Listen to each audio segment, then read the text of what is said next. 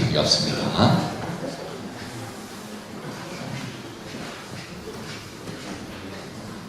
오늘은 우리 2세 자녀 가운데 한 사람이 상을 참 많이 받았어요.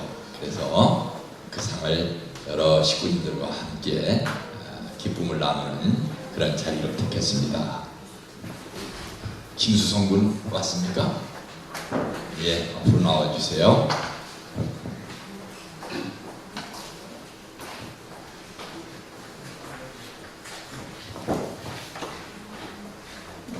지금까지 상을 3개나 큰 상을 받았는데 식구님들한테 한번 알리지도 않았었어요.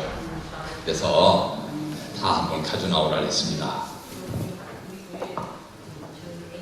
이 상은 대구시장님한테서 받은 상입니다.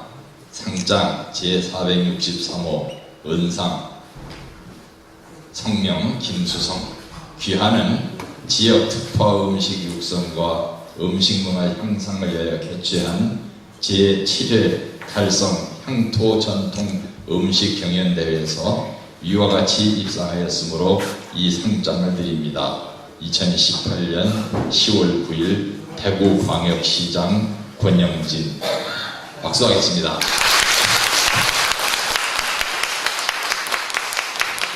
하나가 아니고 또 있어요. 이번 상은 한국 중찬문화교류협회라는 데서 이렇게 큰 상을 또 줬습니다. 박수하겠습니다.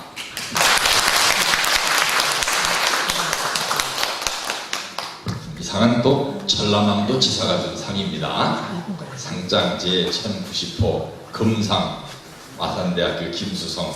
이 사람은 사단법인 한국차문화연합회가 주최하고 대한민국 다향축전위원회가 주관한 제19회 대한민국 다향축전 전국 차음식 요리 경연대회에서 위와 같은 우수한 성적을 거두었기에 이 상장을 드립니다. 2018년 10월 27일 전라남도 지사 김영록. 박수하겠습니다.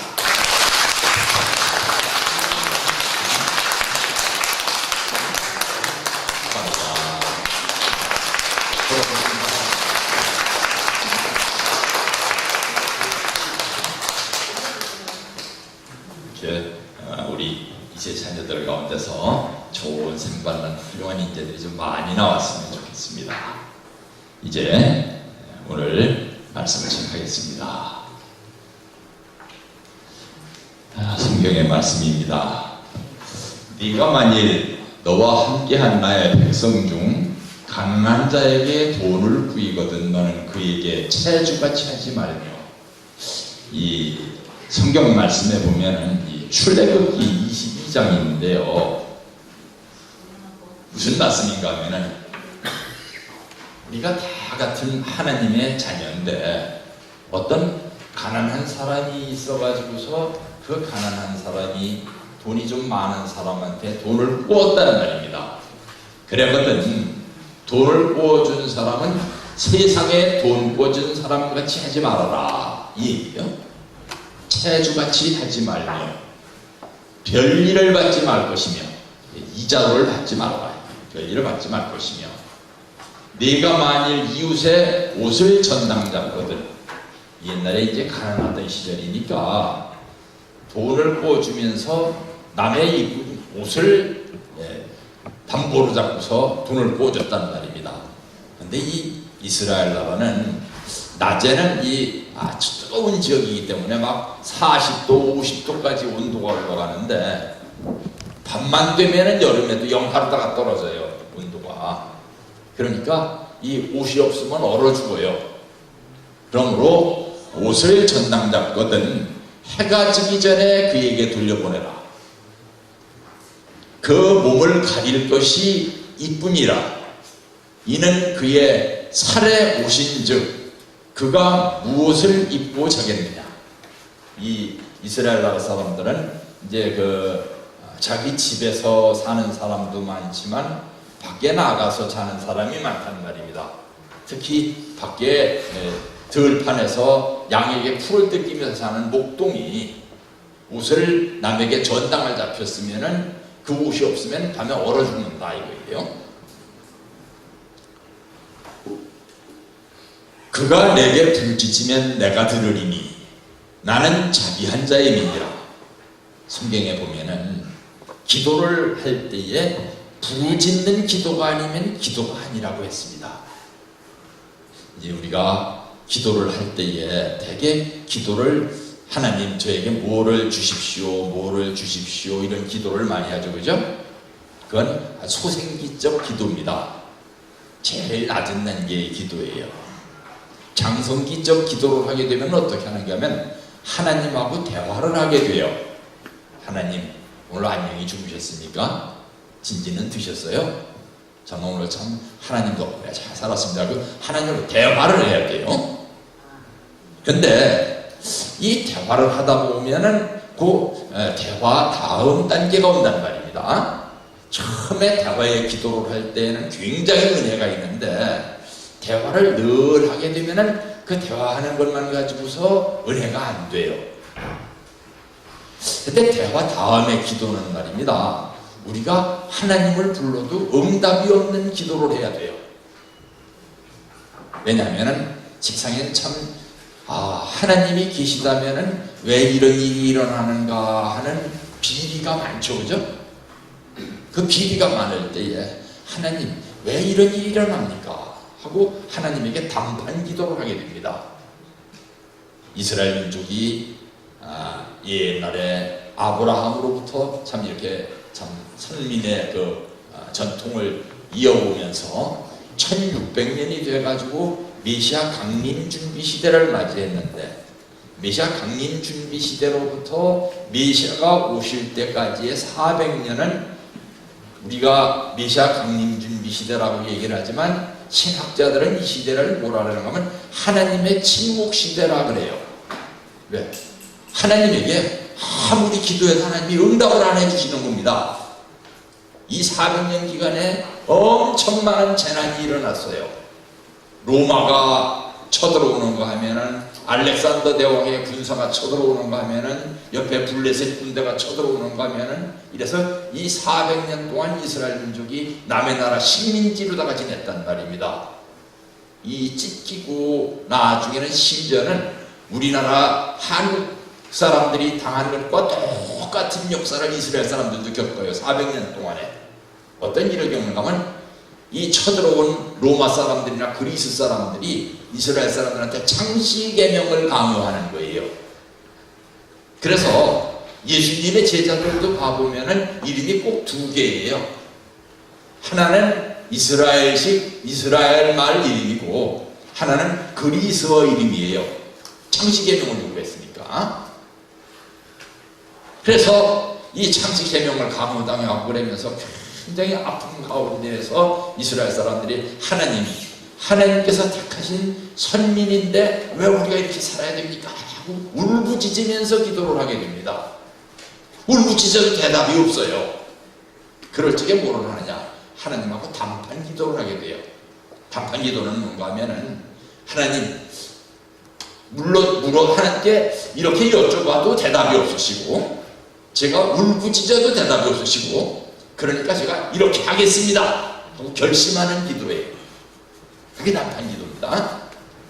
우리 장로님께서도 초창기 이전에 그러니까 교회를 뜻을 추가하시기 전에 원리를 찾으실 때에 원리를 터득을 하시고 야 이게 원리다 하고 생각을 하셨는데 이거를 4대 성인들한테 가가지고서 이게 원리지 않느냐고 영적으로 다 물어보셨더니 4대 성인들이 다 아니라 그러는 거예요.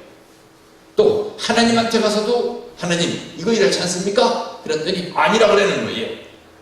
이럴 때는 그러면 하나님도 모르신다라고 4대 성인도 아니라라고 제가 보기엔 틀림없이 이거니까 이렇게 하겠습니다. 선포하는 거예요. 그게 단판입니다.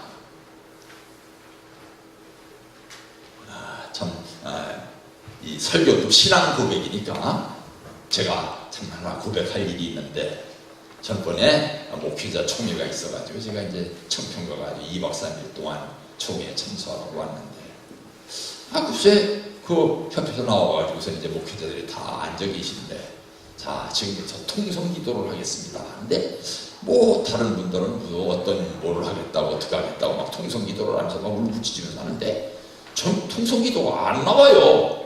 왜? 하나님, 이 대한민국을 신앙의 조국으로 축복하셨다면서 지금 대한민국이 왜 이런 일이 일어나야 됩니까? 하고 하나님하고 단판 기도를 했습니다.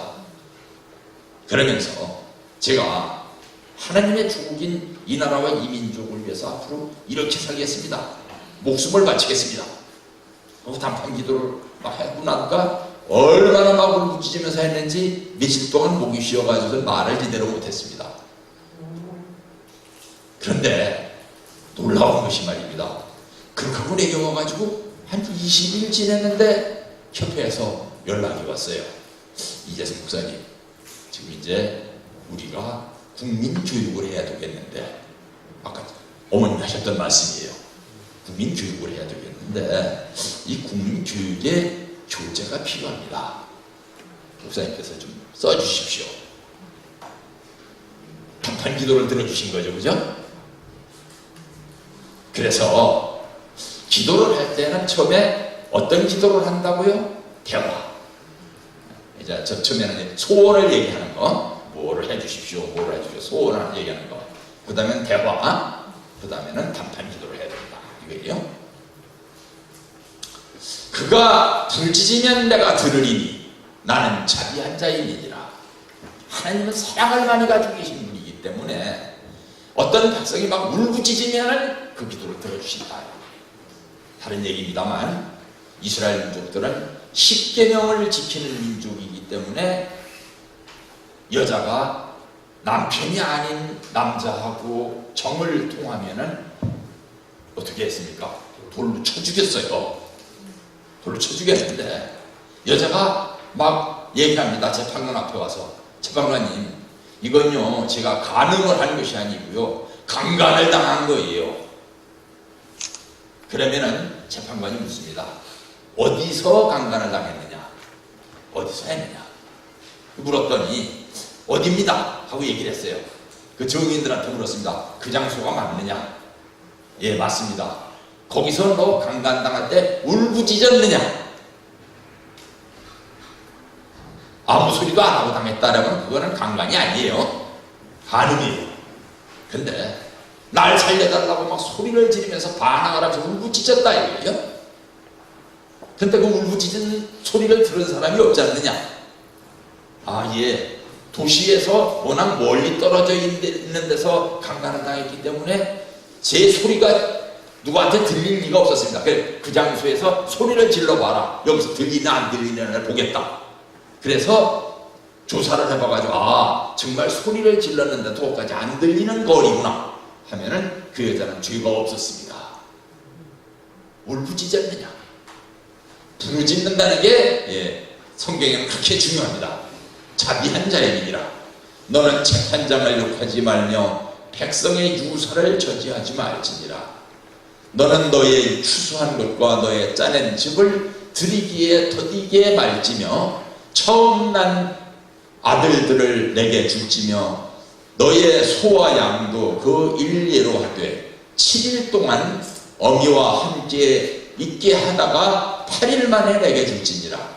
너희는 내게 거룩한 사람이 될지니 들에서 짐승에게 찢긴 것의 고기를 먹지 말고 그 고기는 개한테 던져줄지니라. 무슨 얘기를 하면은 추수한 것을 가지고 추수감사절이 되는데, 추수감사절은 오늘이지만 뭐 요즘에 좀 어렵고 그러니까 좀 나중에 하지 뭐, 하지 말라 이거요. 어렵고 가질 것이 없으면 가지고 있는 대로 추수감사절에 때에 맞게 하나님에게 드릴 것이며, 너의 짜낸 집, 즉 이 이스라엘 민족들은 포도즙을 짜내거든요. 포도즙을 짜내지 어떻게 하면은 이 시골에 가면은 그 소가 여물을 먹는 구유가 있죠, 그죠? 그런 구유를 이스라엘 민족들이 가지고 있습니다. 그건 이제 나무로 된 게 아니고 돌로 된 거예요. 돌로 된 구유에다가 따다 오는 포도를 다 갖다 놓고 사람이 거기 올라가서 이제 맨발을 깨끗하게 씻고 올라가가지고 발로 밟아가지고 포도즙을 짜가지고 내립니다. 그 포도즙을 처음 추수했을 때 바로 드려라 이 말이에요. 너희 처음 난 아들들을 내게 줄지며, 처음 난 아들들을 내게 준다는 얘기는 뭐 아기를 죽여가지고 준다는 게 아니라 그 앞에 봉헌을 해라 이게요. 봉헌식을 해야 될 것이며, 너의 소와 양도 그 일대로 하되 7일 동안 어미와 함께 있게 하다가 8일 만에 내게 줄지니라. 이 소나 양이 첫 새끼를 낳았는데 그 소나 양이 낳은 새끼를 갖다가 낳자마자 어미 품에서 떼내지 말아라 이거예요. 낳자마자 어머니 품에서 떼지 말고 7일 동안 정을 가지고 있게 하다가 떼어내가지고 하늘 앞에 봉헌을 하고 또 그 어미한테 갖다 줘라 이거예요. 잠시 데려오는 것이라 할지라도 처음부터 하지 말아라 이거예요. 하는데 며칠 만에 하느냐? 8일 만에 내게 줄지니라. 우리 교회에서 아기를 낳으면 봉헌식을 며칠 만에 합니까? 8일 만에 하죠, 그죠? 성경에 나와 있는 얘기예요. 너희는 내게 거룩한 사람이 될지니, 거룩한 사람들은 아무거나 먹는 게 아니다 이거예요. 들판에 나가봤더니 예를 들어서 양이 늑대한테 찢겨서 죽었다. 아이고 고기 아까우네. 집에 갖다 해먹지 말아라 이거예요. 그건 부정한 것이다 이겁니다. 그 부정한 것은 개에게 주고 너는 먹는 음식이라도 신성한 것만 먹어라 이거예요. 하늘의 소원은 하늘을 중심으로 천하를 통일하는 것입니다. 하늘을 찾아나가는 탕감 역사에 있어서 옛날에는 만물을 세워놓고 제사를 드렸고, 옛날에 언제 그랬습니까? 옛날에 아벨이 그렇게 만물을 차려놓고 제사를 드렸었고, 노아도 만물을 차려놓고 제사를 드렸었단 말입니다. 만물을 채워놓고 제사를 드렸었고, 아들, 딸을 세워놓고 제사를 드렸습니다. 누가 아들, 딸을 세웠습니까? 아브라함이 아들인 이삭을 세워놓고 제사를 드렸습니다. 그러나 재림 시대에는 부모가 십자가를 지고 승리의 기준을 세워서 아들과 만물을 찾아야 합니다. 이걸 복귀역사는 우리가 서울서부터 부산까지 도망을 나왔으면 다시 서울로 다 돌아가려면 대구를 거쳐서 대전을 거쳐서 올라가는 것처럼 복귀는 거꾸로 이루어지는 것이다 이거예요. 그렇기 때문에 재림주님께서 오셔서 찾으실 때에는 어떻게 하느냐? 승리의 기도를 지었고 아들과 만물 순으로 찾아 세워야 됩니다.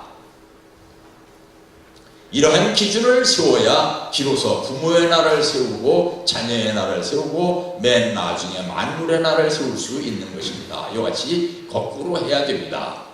제1차 7년 노정이 1967년에 끝났습니다. 1968년 새해 첫날에 우리는 하나님의 나라를 제정할 수 있었습니다. 이 제1차 7년 노정을 통과함으로써 우리는 참 부모의 날, 참 자녀의 날, 만물의 날, 그리고 하나님의 날을 제정할 수 있었습니다. 잠시 나중에 설명을 해드리겠지만 하나님의 날을 1968년 1월 1일에야 선포를 했단 말입니다. 하나님의 날이 제일 늦게 왔어요. 하나님을 모실 수 있는 조건을 다 갖춰놓고 하나님을 모셨다는 말입니다. 제2차 7년 노정을 통과함으로써 우리는 참 부모의 날, 참 자녀의 날, 만물의 날, 그리고 하나님의 날을 제정할 수 있었습니다. 만일 인간이 타락하지 않았더라면 하나님의 날, 부모의 날, 자녀의 날, 그리고 만물의 날은 동시에 세워졌을 것입니다. 그냥 인간이 완성했으면 그날 바로 하나님의 날, 부모의 날, 자녀의 날, 만물의 날이 왔을 것인데 인간이 타락했기 때문에 역순으로 왔다 이 말이에요. 그래서 우리는 잃어버린 6천년을 7년 만에 복귀하고 부모의 날, 자녀의 날, 만물의 날, 그리고 하나님의 나라를 해방하였습니다. 여기 말씀은 좀 길기 때문에 오늘 좀 시간이 늦어서 바로 넘어가겠습니다. 자녀의 날 생긴 유래는 이렇습니다.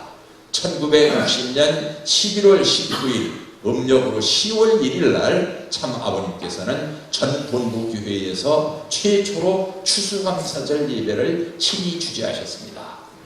이 추수감사절이라고 하는 것은 원래 있었던 기독교의 명절이 아닙니다.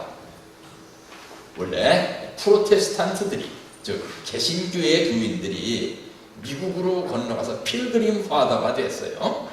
필그림 파더가 돼가지고서 거기에서 이제 추수 때가 돼가지고 추수를 하고 보니까 거기에 사는 아메리카 원주민들이 쉽게 말하면 누구예요? 인디언들이 꼭 추수가 끝난 다음에는 모여가지고 추수감사 예배를 드리더라는 말입니다.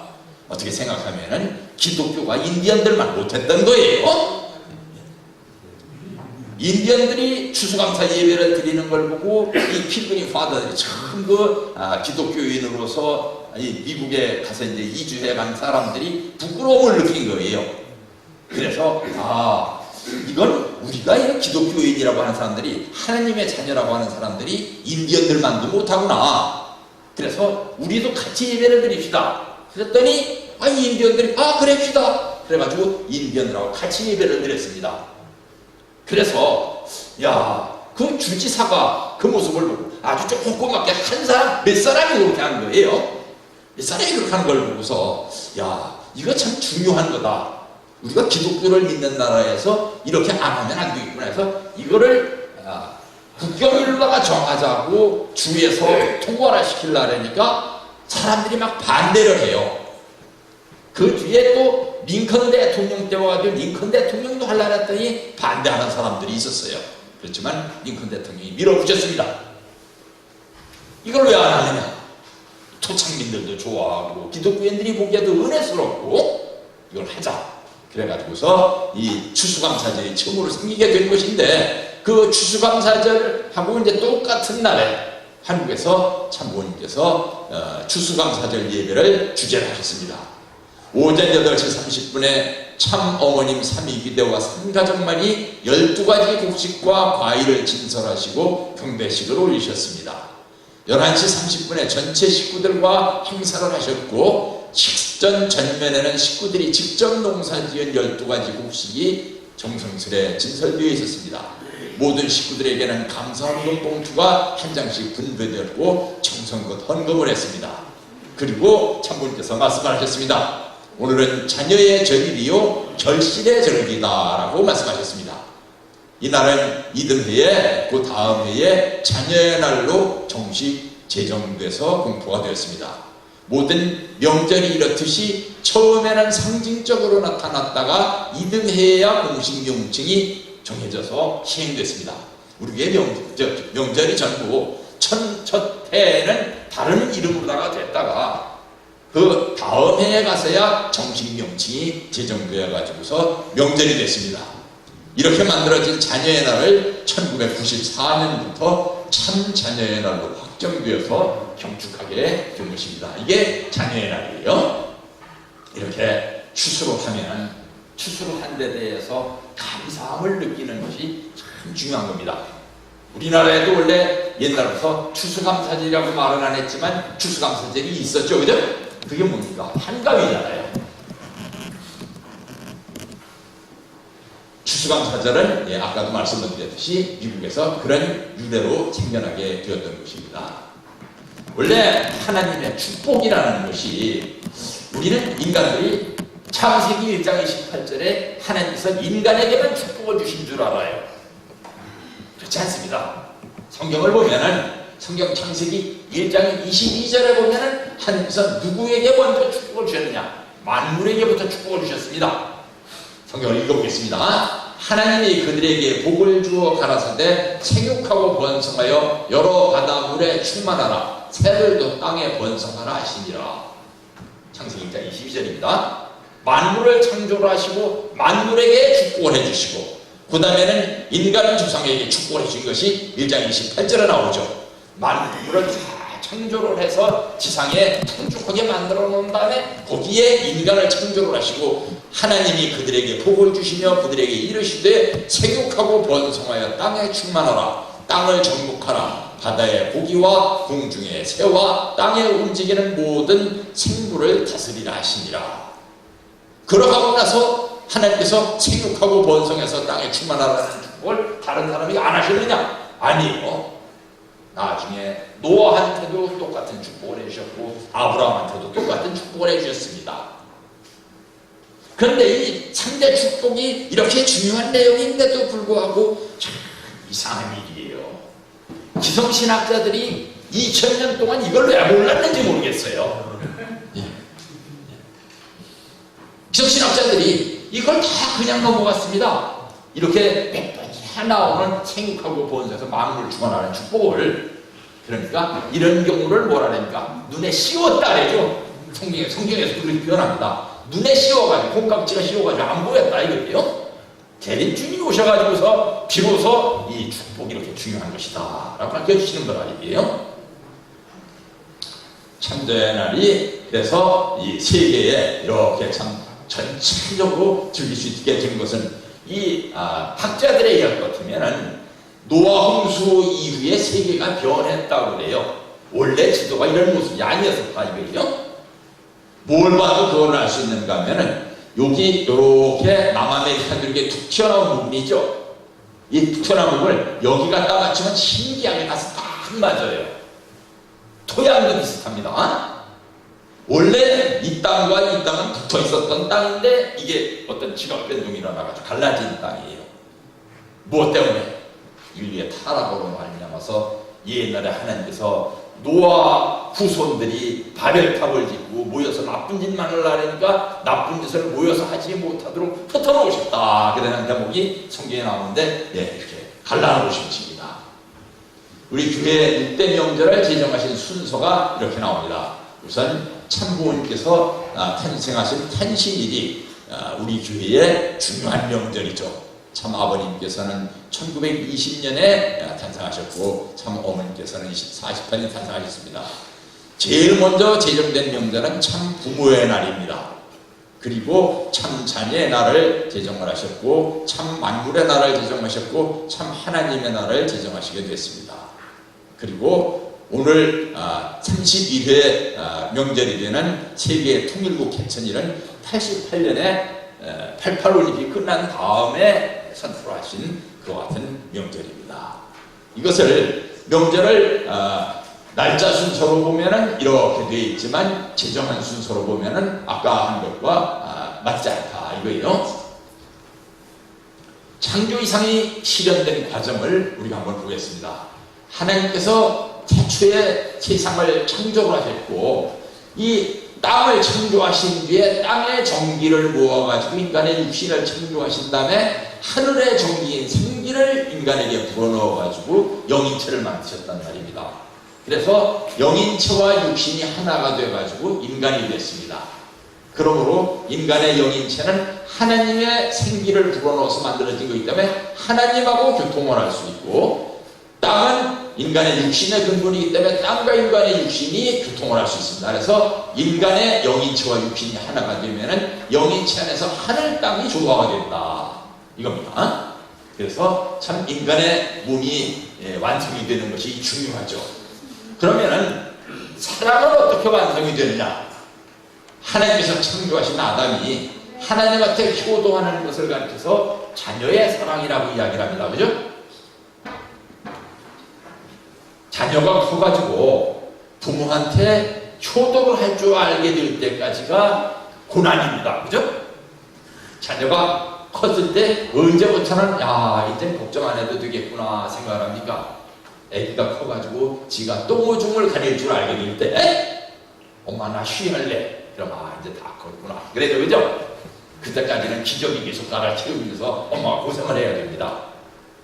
이 자녀의 사랑을 하나님에게 돌리는 것, 그리고 부부간의 부부의 사랑을 주고받는 것, 그리고 아담이 자녀에게 부모의 사랑을 베푸는 것, 이렇게 될 적에 3대상 사랑이 완성이 되는데 3대상 사랑에 뭐가 안 들어가 있느냐? 만물에 대한 사랑은 안 들어가 있습니다.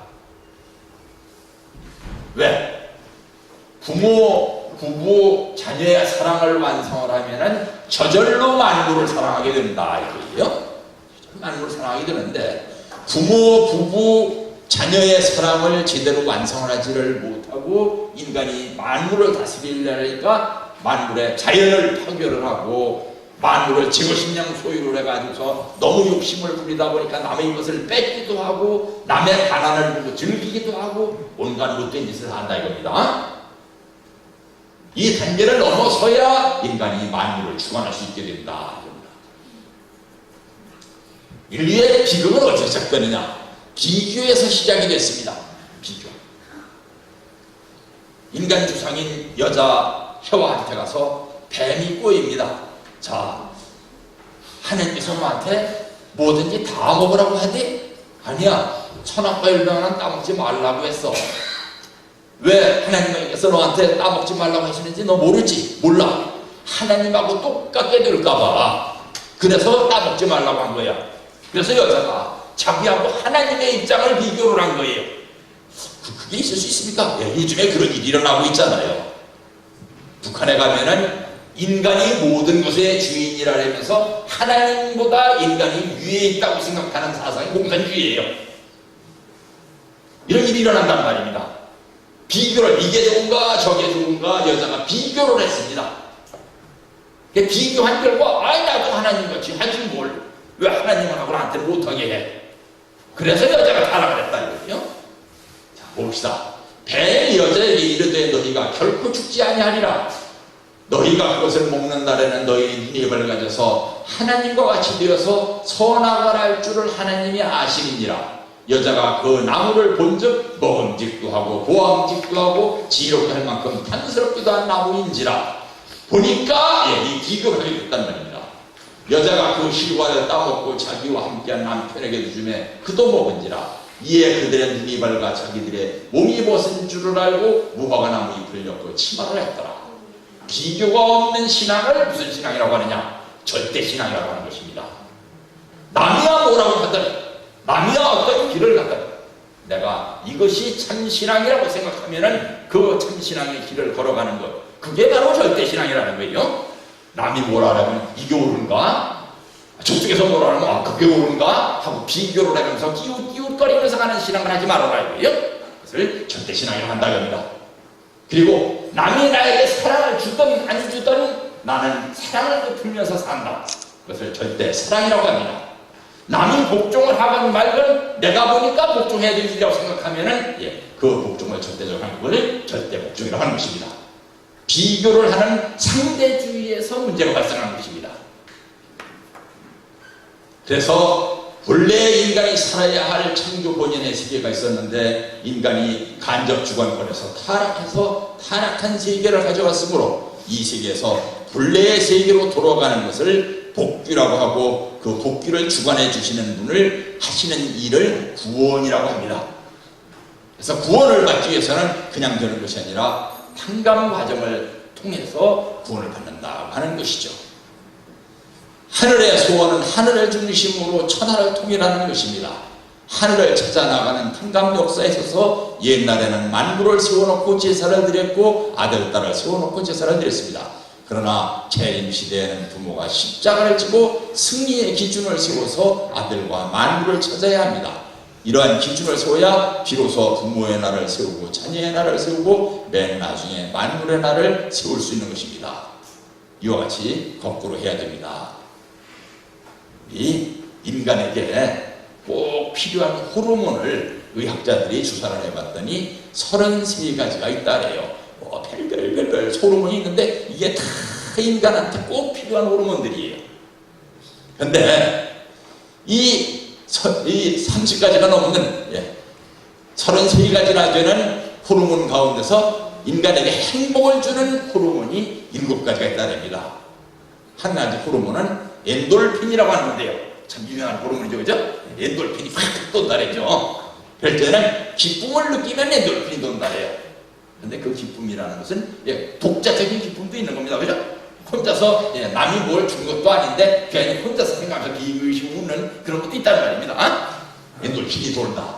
그 다음에 평화를 주는 호르몬을 세로토닌이라고 하고 잠잘 때 나오는 호르몬을 멜라토닌이라고 하고 만족을 느낄 적에 생기는 호르몬을 콜레시스토킨, 참 말이 어려우네요.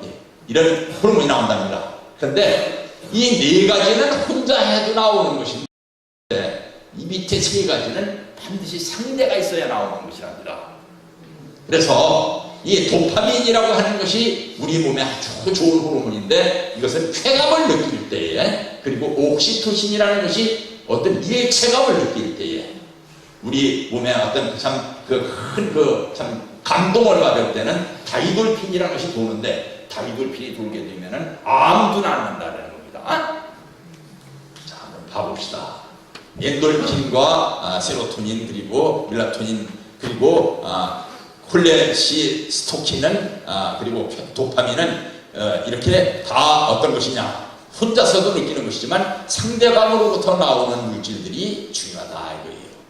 이 강도로 보면 어떤 것이 제일 강하냐, 이 다이돌핀이라는 것이 제일 강하답니다.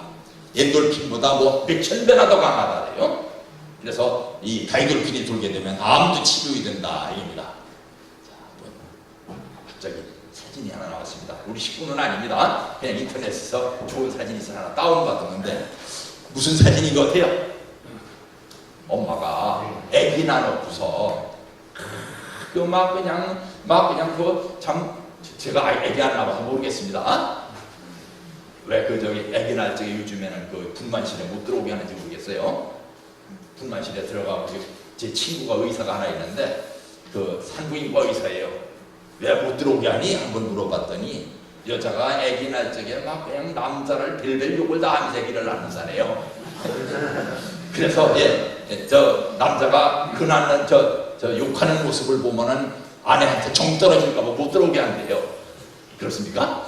저는 안 봐서 모르겠어요. 하여튼 그렇게 고생을 해가지고 엄마가 아기를 낳지만 아기를 낳고 나면은 그 아기를 보면서 얼굴에 이렇게 만족해 한다는 말입니다.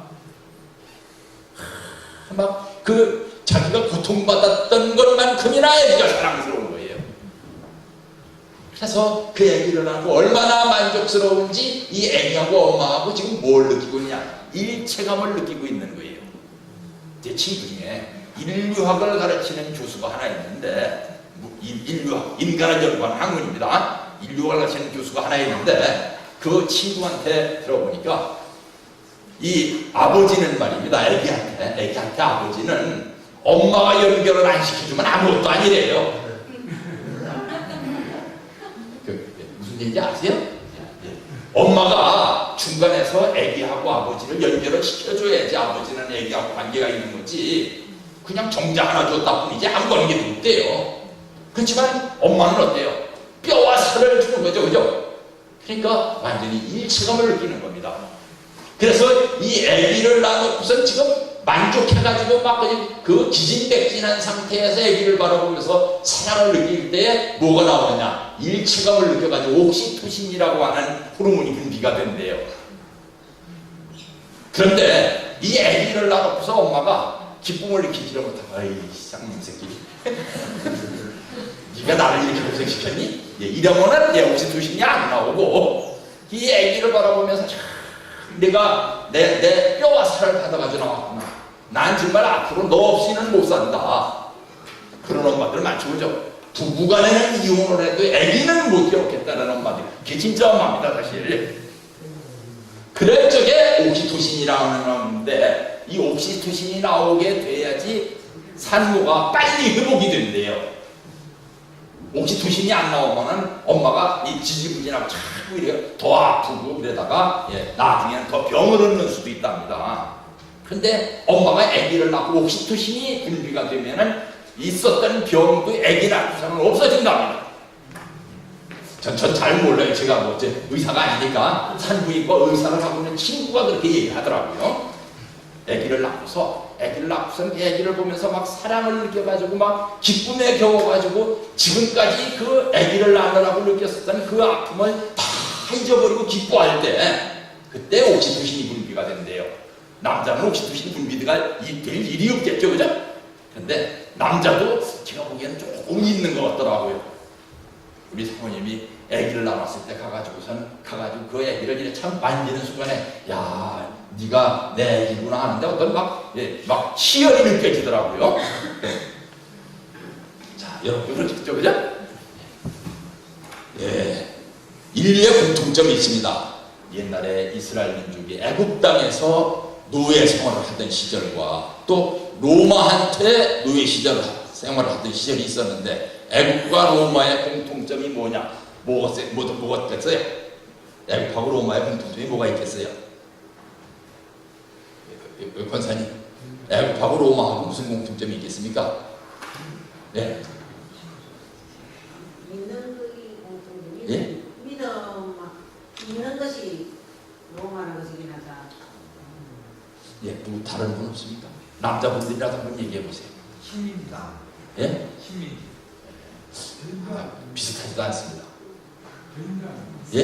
굉장히. 예, 비슷하지도 않아요. 예? 아니에요.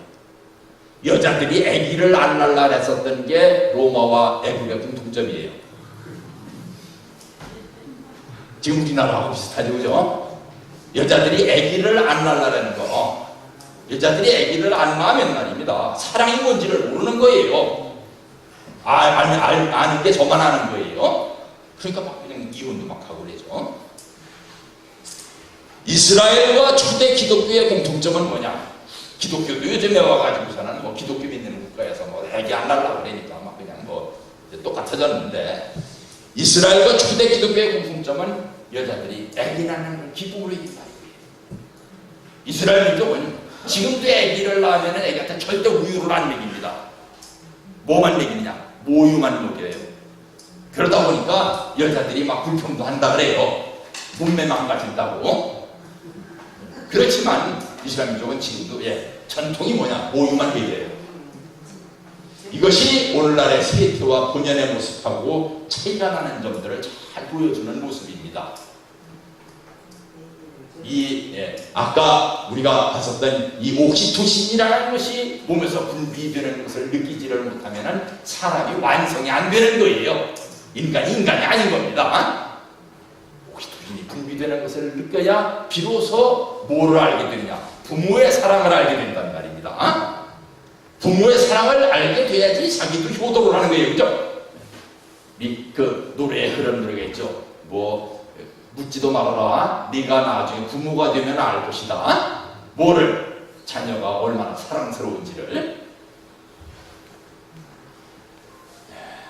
그래서 우리는 아까 말씀을 드렸듯이 우리 교회에서 원리 가르치는 부모의 사랑과 부부의 사랑과 자녀의 사랑이 있는데, 이 세 가지 사랑을 3대상 사랑이라고 하는데, 이 3대상 사랑에 뭐는 안 들어있냐? 만물에 대한 사랑은 안 들어있습니다.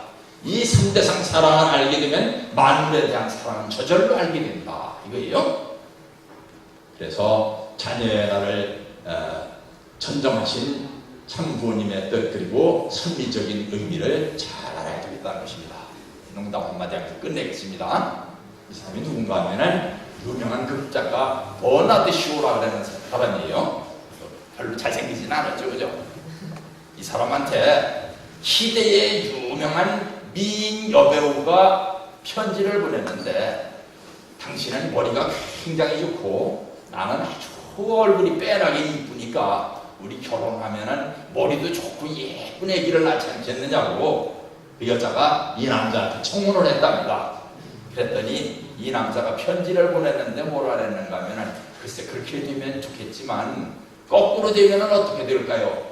당신의 얼굴은 멀쩡하지만 텅 빈 머릿속, 그리고 내 머리는 괜찮지만 못생긴 몰골, 이게 두 개가 합쳐지면 못생기고 머리도 나쁜 애가 나오지 않겠느냐고 그렇게 편지를 보냈다랍니다. 왜 이런 얘기를 하는가 하면은, 우리의 유전인자는 다 가지고 있습니다. 그죠? 이런 인자도 가지고 있고 이런 인자도 가지고 있는데, 이 가운데서 좋은 유전인자끼리만 만나가지고 우리의 자녀가 태어나게 해야 되는데, 우리의 나쁜 유전인자끼리만 만나가지고 자녀가 태어나게 한다면 어떻게 될까요? 인류가 참 비참해지는 겁니다. 과거에 우리나라에 우리 외국인들이 와가지고서 참 꽤 오래된 얘기입니다. 부러워했었던 일이 한 가지 있다래요. 60년대, 70년대 이때에 한국의 애기들이 이렇게 이쁘게 태어나느냐 이거예요. 그런데 요즘에 글쎄 그 사람들이 와가지고 다시 본다면 어떨지 모르겠어요. 그때는 참 우리 어머니들이 참 그 자녀들을 사랑하던 시대였습니다. 그죠? 요즘하고는 달랐어요. 왜 이런 말씀을 드리는가 하면, 오늘이 참 자녀의 날입니다. 참 자녀를 가지고 참 자녀를 참 사랑하려면 참 부모가 되어야지 참 자녀를 사랑할 수 있다는 말입니다. 참 부모가 되고 참 자녀가 되려면 참 자녀의 그 사랑을 알아야 되는 것입니다. 그래서 참 부모의 심정을 느껴야 참 자녀에 대한 사랑을 베풀 수 있고, 그렇게 되려면 참 부부를 이루어야 된다는 말입니다. 먼저 부부가 참 사랑을 나누게 되어야지 참 부모가 되고 참 자녀를 사랑할 수 있게 된다고 하는 것입니다. 그래서 오늘 이 자녀의 날을 뭐라고 말씀하셨느냐? 타락한 인간에게 있어서 명절 중 제일 큰 명절은 부모의 날보다도 자녀의 날입니다. 그래서 혹시 기억하시는가 모르겠습니다만 참 아버님 제세시에 우리 교회 명절 행사를 공개적으로 크게 하신 적이 있습니다. 어디서? 킨텍스에서. 기억하십니까? 저 일산에 있는 킨텍스에서 전국에는 식구, 막 평화대사 아니면 이웃 사람들 다 모셔가지고서 막 몇만 명 대회를 했는데 그날 행사 제목이 뭔가 봤더니 참 자녀의 날이에요. 그래서 우리 교회 명절 중에 세상 앞에 완전히 공개한 첫 번째 명절이 자녀의 날입니다. 그 이유는 뭐냐? 제일 큰 명절이란 말입니다. 무슨 날이라고요? 자녀의 날입니다. 그날은 부모의 권한을 다시 찾는 날이요, 6,000년 동안 인류 역사를 유린하던 사탄을 물리치고 승리의 깃발을 들고 나타나는 날입니다. 왜? 참 부부가 못 되면 참 자녀를 알 수가 없잖아요, 그죠? 그러니까 참 자녀의 날은 참 부모, 참 부부, 참 자녀의 사랑을 다 합친 날이 참 자녀의 날이다, 이거예요. 타락한 인간은 그날을 맞아야만 하늘나라에 들어갈 수 있고 하늘 부모를 모실 수 있는 것입니다. 타락한 인간에게 제일 복된 날이 무슨 날이라고요? 자녀의 날입니다. 그 다음에 자녀의 나라의 영광을 지니고 그 권위를 가진 승리의 왕자, 왕녀들이 부모를 모실 수 있는 날이 부모의 날입니다. 그렇기 때문에 자녀가 되기 위해서는 탕감노정을 가야 됩니다. 그런데 요즘 가만히 보면 탕감의 길을 똑바로 가지 못하고 있습니다. 똑똑히 다 가르쳐 주었는데도 가르쳐 준 대로 똑바로 못 가면 선생님은 그때는 책임질 수 없습니다 하는 말씀을 마지막으로 분독했습니다. 잠시 기도하겠습니다. 하늘 부모님, 천지 참 부모님, 오늘은 제59회 참 자녀의 날인 동시에 31회 천일국 개천일입니다. 이 두 명절이 합쳐져서 아버지 앞에 봉헌되는 날은 원래 며칠 전에 있었습니다만 오늘 식구들이 모인 가운데에서 이 날을 맞이하기 위해서 오늘로 명절을 저희 진주교회에서 봉헌하게 되었습니다. 아버지의 은총으로 이 날을 맞이한 저희들의 가슴 속에 새로운 각오와 깨달음이 있게 하셔서 저희로 하여금 거듭나게 하시고 저희로 하여금 거듭나게 하셔서 세상을 복되게 할 수 있는 진주 가정교회가 될 수 있도록 인도하여 주옵시기를 간절히 빌고 나오면서 이 모든 말씀을 축복 중심 가정의 재승의 이름으로 보고 드려 싸움나이다.